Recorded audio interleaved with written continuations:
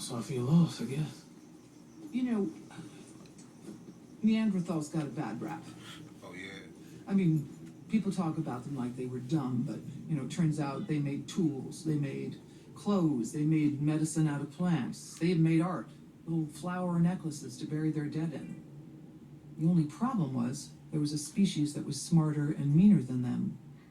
Us. Y'all heard that? Us.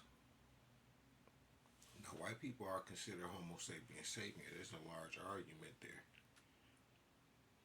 that they are trying to hide their origins, but they have the Neanderthal strain DNA, right, which is heavier than the Africans. So who wiped them out? Was it them?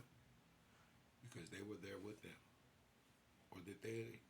Were the Africans that migrated up into those times, and this is what made them look the way that they look?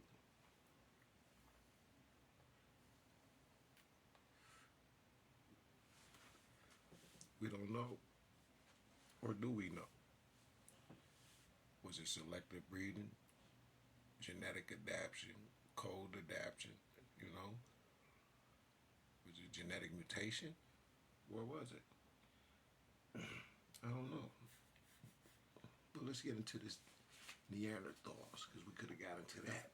We ain't going to that, right? Because then I had to go to other books, but we're going to deal with this part. Now, these Neanderthals, who wiped them out? Let's go.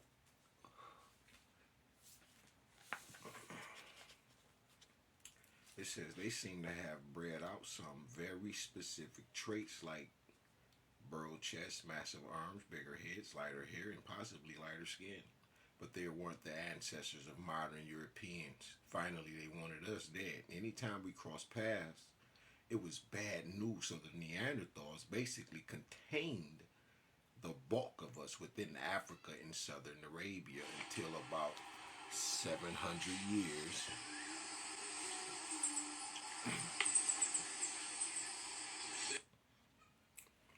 Before people, to about 70,000 years ago. Taking the southern route from East Africa into Arabia allowed us to build the Nubian complex, but getting any further than that was difficult, as Nicholas Wade writes in Before the Dawn. He writes, they had developed serious weaponry, including some stone-tipped thrusting spears. They surrounded or occupied the main exit point from Africa at the southeastern corner of the Mediterranean, including the area that is now Israel.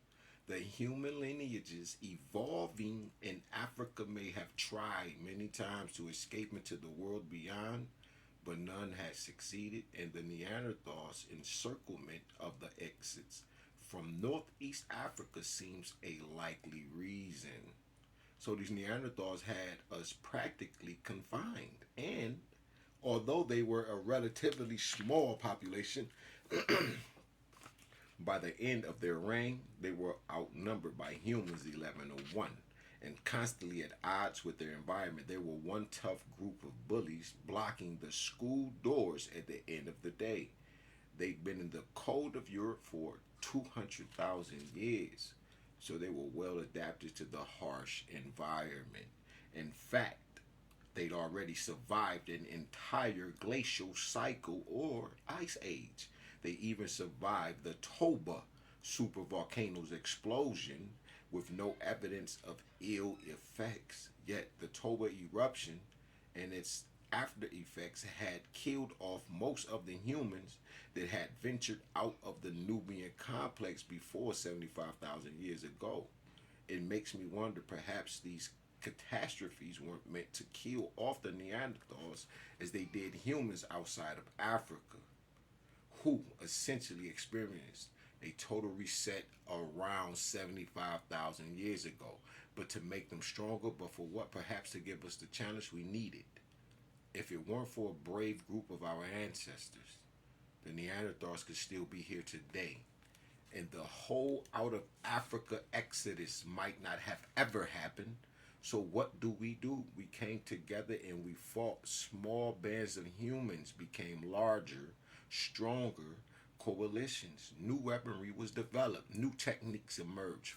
For all of us, even including people who descend entirely from Africa, this is how our ancestors were born, rising to the occasion, going through hell to come out right. Consider the way we explain that man can direct his own evolution in volume one. Okay? It appears that we made the Neanderthals so they could provide the necessary resistance to catalyze the next stage of our growth. Until I clashed with the Neanderthals, humans were relatively advanced, but this was a competition that brought out the best in us, both genetically and culturally. To defeat the Neanderthals, it took new strategies, technology, networking, and resources.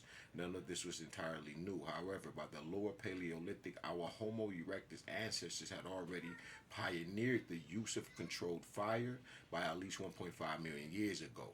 Throughout Africa and Asia, the construction of permanent homes by at least 800,000 years ago in Israel, the construction of maritime vessels suggested by the settlement of islands like Flores near Southeast Asia around 850,000 years ago, and the islands of the Mediterranean Sea around 300,000 years ago.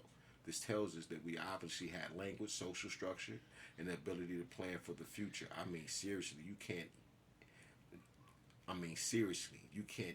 you can't deny any of those above without all that. But war with the Neanderthals forced us to go beyond those basics.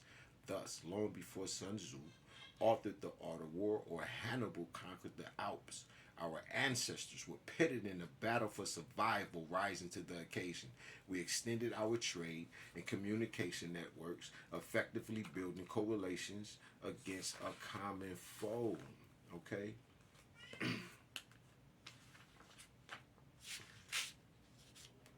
And it talks about how we made dogs, right? To be technical, we bred wolves from the wild into domesticated dogs, right?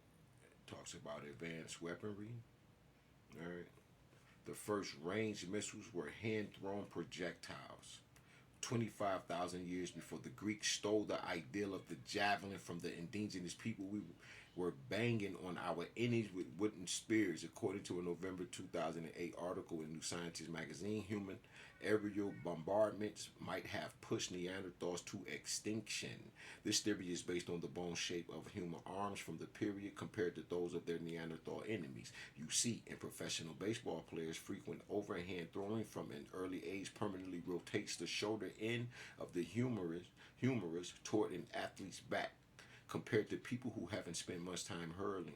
Jill Rhodes, a biological anthropologist, studied the arm bones of prehistoric remains and found evidence for projectile use in male humans living in Europe around 26,000 to 28,000 years ago, around the time we were at the height of competition with the Neanderthals. Changes in bone shape left by the life of overhand throwing hint that Stone Age humans regularly threw heavy objects such as spears, while Neanderthals did not. Neanderthals typically fought and hunted their prey with melee weapons like clubs and handheld spears. It was our Aruk Nation ancestors who perfected the art of projectile aerodynamics to outhunt and conquer their Neanderthal foes from a safe distance. Of course, the science goes back further than our occupation of Europe. Some stone points resembling the tips of spears were used in Africa over 60,000 years ago,